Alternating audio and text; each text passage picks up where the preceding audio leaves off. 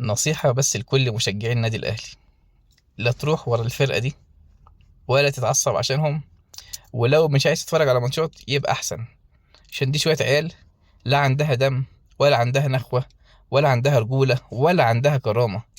امبارح بيراميدز بيلعب بيهم الكورة يعني بيلعب بيهم 31 ودول قاعدين مكانهم، ولا فيهم جحش عنده سنة كرامة ولا سنة نخوة ولا غيرة.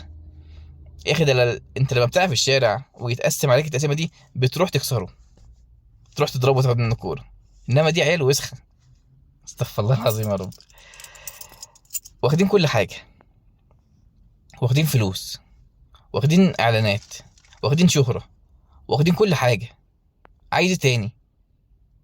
يا اخي ده انتوا اوسخ جيل واسوأ جيل الواحد شافه من ساعة ما بدأ يشجع كورة. الواحد بيتفرج من 2001، 26 سنة.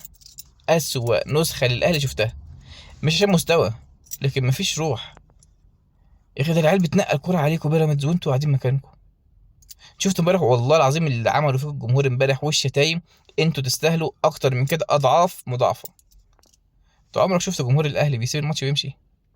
بيسيب الملعب ويمشي ولسه الماتش ما خلصش؟ محدش بقى مستني منكم حاجة. نصيحة والله للجمهور: لا تحرق دمك ولا تشجع العيال دي ولا تضايق نفسك.